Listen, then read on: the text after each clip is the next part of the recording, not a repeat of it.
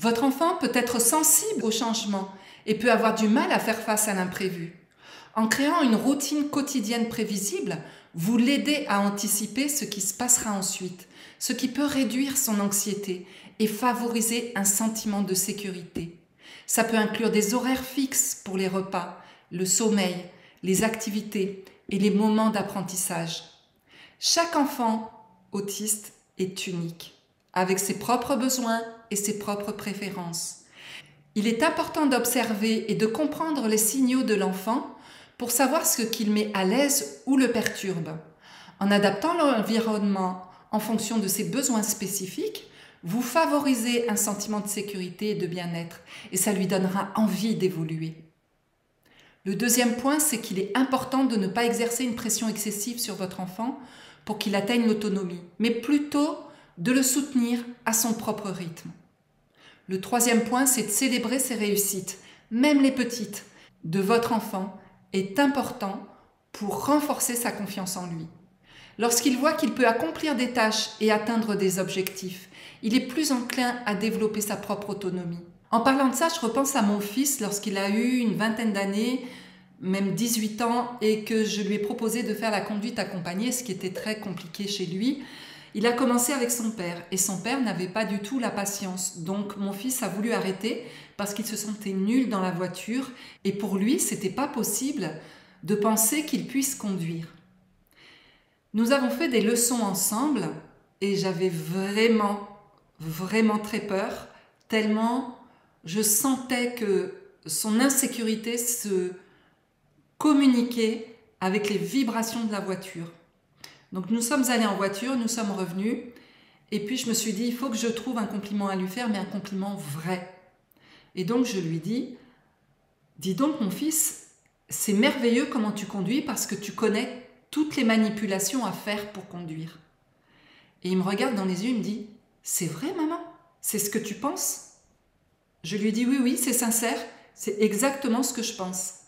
À partir de cette séance-là, il a super bien conduit tout le temps et on ne sentait plus dans la voiture cette énergie de peur.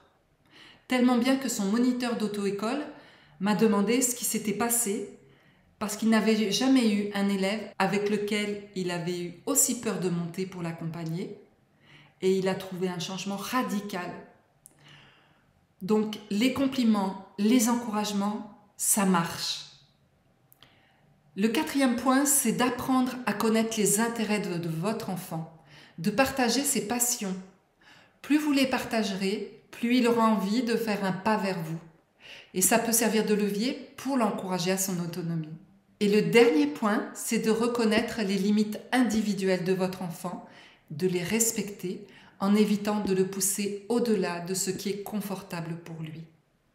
En construisant une relation de confiance solide, vous, maman et aidante, vous pouvez créer un environnement propice où votre enfant se sent soutenu, compris et encouragé à explorer l'autonomie.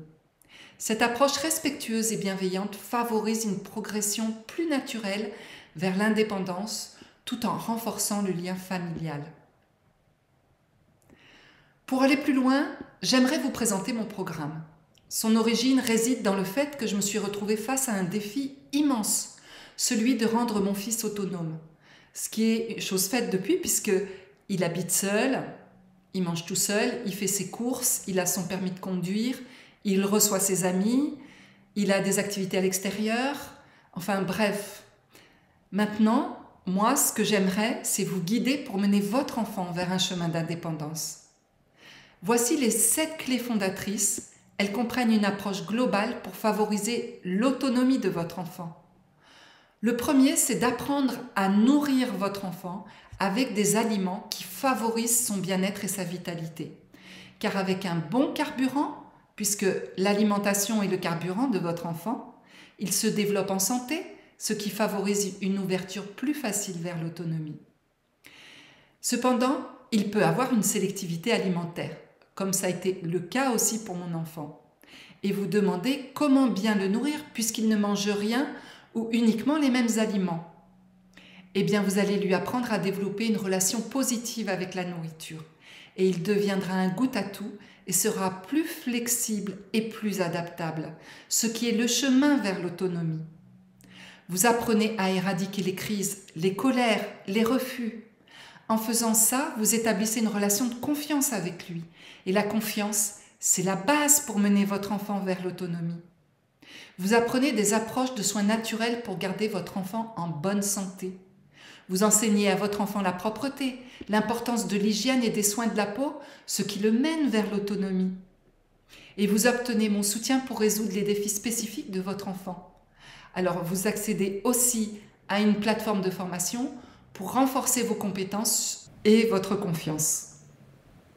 Si vous êtes intéressé à découvrir comment ce programme, que j'ai nommé le programme Évolution Laser Coaching, mène votre enfant à l'autonomie, vous pouvez prendre contact avec moi via mon mail. Donc mon mail c'est capnature31@gmail.com, CAPNATURE 31@gmail.com, ou soit sur mon Facebook via mon profil personnel qui est Caroline Anesi, ou alors sur mon WhatsApp, c'est le 06 60 92 32 51.